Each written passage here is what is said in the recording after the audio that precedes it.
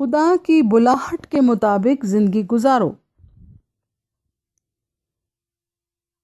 कलाम मुक़द्दस में से पढ़िए पहला कुरिन्थियों 7 बाब 17 आयत से 24 आयत तक, सफ़ा नंबर 158।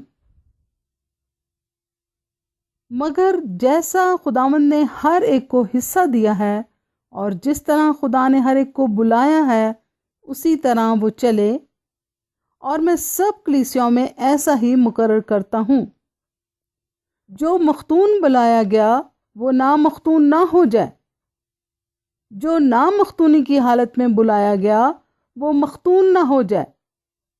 ना खतना कोई चीज़ है ना नामख्तूनी, बल्कि खुदा के हुक्मों पर चलना ही सब कुछ है। हर शख्स जिस हालत में बुलाया गया हो उसी में रहे।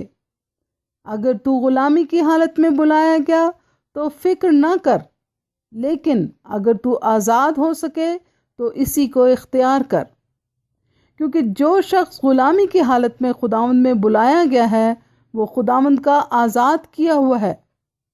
इसी तरह जो आज़ादी की हालत में बुलाया गया है वो मसीह का गुलाम है। तुम कीमत से खरीदे गए हो, आदमियों के गुलाम ना बनो। ऐ भाइयों, जो कोई जिस हालत में बुलाया गया हो वो उसी हालत में खुदा के साथ रहे। आमीन। खुदावंद आपको बरकत दे।